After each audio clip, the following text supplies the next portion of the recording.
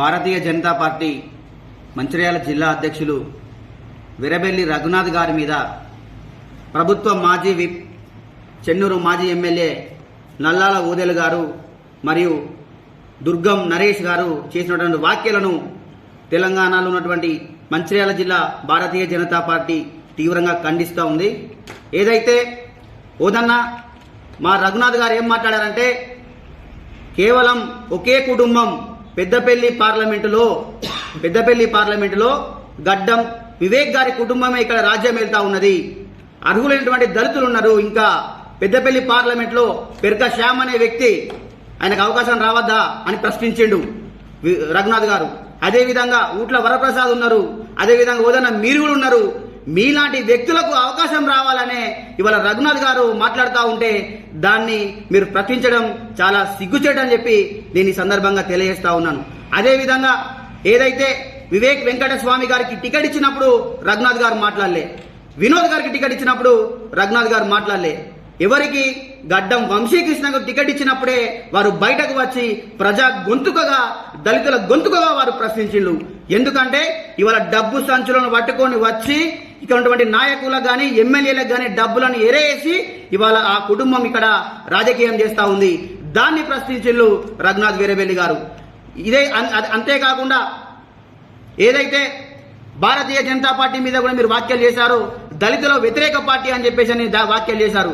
రఘునాథ్ గారు కూడా దళిత వ్యతిరేకి అని మీరు వ్యాఖ్యలు చేశారు. ఇది పూర్తిగా మేము దీన్ని ఖండిస్తా ఉన్నాం.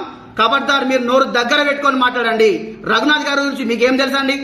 మీకు రఘునాథ్ అనే వ్యక్తి గురించి మీకు ఏం తెలుసు?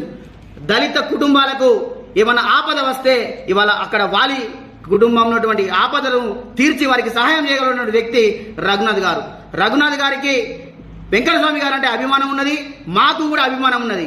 మేము ఆ కుటుంబం మీద రఘునాథ్ గారు ఆరోపణలు చేయలేదు. వారు ఏదైతే డబ్బు సంచులతోని ఇక్కడ రాజకీయం చేస్తా ఉన్నారో దాన్ని ప్రశ్నించు. కాబట్టి ఇది మీరు ఆలోచించుకోవాలని చెప్పేసి ఈ సందర్భంగా తెలియజేస్తా ఉన్నాం. అంతేకాకుండా వివేక్ వెంకటస్వామి గారికి దేశంలో ఉన్నటువంటి పలు రాష్ట్రాలలో, విదేశాలలో కంపెనీలు ఉన్నాయి. మరి ఈ ప్రాంత ప్రజల ఓట్లతోనే అధికారంలోకి వచ్చిన వివేక్ వెంకటస్వామి, ఈ ప్రాంత ప్రజల ఓట్లతోని ఎంపీ అయిన వివేక్ వెంకటస్వామి, ఈ ప్రాంత ప్రజల ఓట్లతోని ఎమ్మెల్యే అయిన వివేక్ వెంకటస్వామి ఎందుకండి ఈ ప్రాంత ప్రజలను పట్టించుకోలేదు?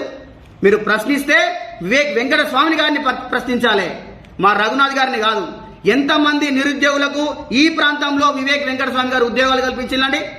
ఎంతమంది నిరుద్యోగ యువతను ఆదుకున్నారండి వివేక్ వెంకటస్వామి గారు? ద్వారా మీరు ప్రగల్భాలు పలుకుతా ఉన్నారు. వివేక్ వెంకటస్వామి ఈ ప్రాంత నిరుద్యోగులకు కానీ, మొన్నటికి నష్టపోయిన రైతులు ఎవరైతే ఉన్నారో వాళ్లకు అధికారులకు రాగానే మేము నష్టపరిహారం చెల్లిస్తామని చెప్పి వివేక్ వెంకటస్వామి రైతులను మోసం చేసి బూటకపు మాటలతోటి ఇవాళ ఓట్లు వేయించుకొని చెన్నూరులో ఎమ్మెల్యే గెలిచిండు. దాన్ని మీరు ప్రశ్నించాలి, రఘునాథ్ గారిని కాదు ప్రశ్నించాల్సింది. ఏమైందండి, 3 నెలలు దాటింది, 4 నెలలు రన్నింగ్ అవుతా ఉన్నది కాంగ్రెస్ ప్రభుత్వం ఏర్పడి. ఇప్పటి వరకు రైతులకు ఏమైనా న్యాయం చేసిండా? నష్టపోయిన రైతులను ఆదుకున్నాడా వివేక్ వెంకటస్వామి? కొంచెమన్నా మాట్లాడే నాయకులకు సిగ్గు శరం ఉండాలి. మీరేం మాట్లాడుతూ ఉన్నారు? జ్ఞానం ఉండాలి. నోరుంది కదా అని చెప్పి, మీడియా ఉంది కదా అని చెప్పి ఇష్టం వచ్చినట్లు అవాకులు చెవాకులు పేలితే దుర్గం నరేష్ హెచ్చరిస్తా ఉన్నాం. నీ బట్టలు వివేక్ వెంకటస్వామి విప్పుతాడు, నిన్ను నడి బజార్లో నిలబెడతాడు. మా రఘునాథ్ గారిని అన్నావు కదా, రఘునాథ్ గారిని కానీ టచ్ చేసే అంత ధైర్యం కాంగ్రెస్ పార్టీలో ఎవరికి లేదు. త్వరలో ఇదే వివేక్ వెంకటస్వామి రాజకీయంగా మిమ్మల్ని బట్టలు కూడా తీసి నడి రోడ్డు మీద నిలబెట్టే రోజు ఉంటుంది. దయచేసి మీరు గమనించాలి. మీరు మా దళిత సోదరులు, మీరంటే మాకు అభిమానం ఉన్నది. మీరు వివేక్ వెంకటస్వామి ఇచ్చే డబ్బు మూటలకు ఆశపడద్దు, ఆయన వెంబడి ఉండకండి అని చెప్పి తెలియజేస్తా ఉన్నాను.